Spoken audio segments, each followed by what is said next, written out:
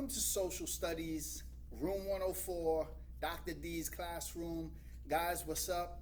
Miss you guys. We're here on the rug as usual. I'm in my favorite chair, and we're beginning a story. We're calling it The Matchlock Gun.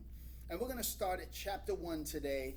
And so I really want you to pay close attention to the story, as this story is going to be intertwined or connected to other things that we're learning today. All right?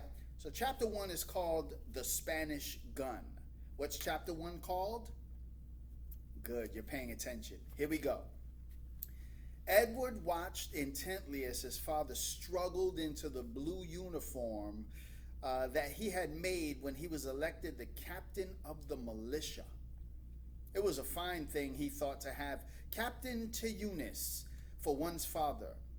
But he did wish that someday, just even once, his father would take the Spanish gun. The gun hung over the fireplace, its bell mouth pointing towards the front of the house, its brass heeled stock towards the shed door. This is what it looked like in the picture. You can just about see it right here hanging over the fireplace. It was longer than a grown man, half again the length of a musket.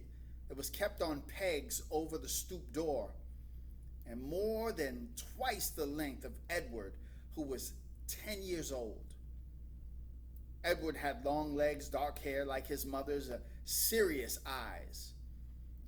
But Teunis often said that he had seen these things that were called culverins that did not look so big as this matchlock gun. He used to tease Gertrude, his wife, about it, asking whether she brought the gun to kill her some Indians. They were a young couple. To have a 10-year-old son, they were handsome and high-spirited, and he was a true Dutchman. And she, showing her Palatine breeding, dark brown-eyed with black hair braided around her head, her slim body was limber and quick. They had been 19 and 16 when they were married. And she hated it when Teunis put on his militia coat. All summer he had been going off to the military service in the hills and the town, to Albany. And every time, to Edward's disappointment, he took the musket. Now, boys and girls, I want you to pay attention, because Albany is a very important part of this story. Albany, New York. So be listening out for that word, okay? Let's continue. This time, before Teunis could reach for it, Edward asked, "Aren't you ever going to take the big gun, Father?" Well, Teunis swung around to his son, looking down into the thin, serious, dark face. "Look, Edward, I'll show you." He lifted the long gun down. It was so heavy that a man could hardly hold it. As for Edward, when he tried, he could not keep both ends off the floor together. Then, as though Van were not waiting outside impatiently in the gathering darkness, sitting his own horse and holding Teunis' mare, I'm having a hard time saying that word, guys, so I'm going to try it one more time. Here we go. Teunis. Can you say that word with me? Teunis. Teunis bent down to show the boy how the gun worked. You see, Edward, he pronounced the name Atord in the Dutch manner. It's a matchlock gun. If it doesn't fire itself like the musket with a flint, you have got to touch the priming with the fire like a cannon. It's nonsensical, old-fashioned. It's an old-fashioned kind of a gun, isn't it? Edward felt disappointment over the lock, but he still thought it was a magnificent gun. And the candlelight caught the tracery on the brass bindings, making them look rich. He let go of it reluctantly when his father straightened up to replace it over the fireplace. Gertrude stooped down to pat her son. You remember who Gertrude was, right? Gertrude is his wife. It's important to remember that. Never mind, she said to him. Your great-grandfather Dygert brought it all the way over from Holland with him. Edward brightened a little. Yes, he cried. He brought it to Bergam op Zoom to bring to the wild America. Those are some crazy words, right? 6-year-old Trudy laughed and said, Bergam op Zoom, and clapped her hands and jumped up and down in delight. Teunis took his hat from his wife and looked at her over the heads of their children. Outside, one of the horses jingled its bits as it shook itself. A northwest rain was falling, a real November storm that had been blowing all day over the Helderbergs, with low clouds driving. Well, at dusk, just before Van Arnhem came, they heard geese quartering the clouds, invisible and high. Winter was coming close. Where are you going, Teunis? To Palatine Bridge. Did Van Arnhem say whether there were any French? She was stuffing half a loaf and some sausage into his pouch, but she was looking at him. He had taken down the musket.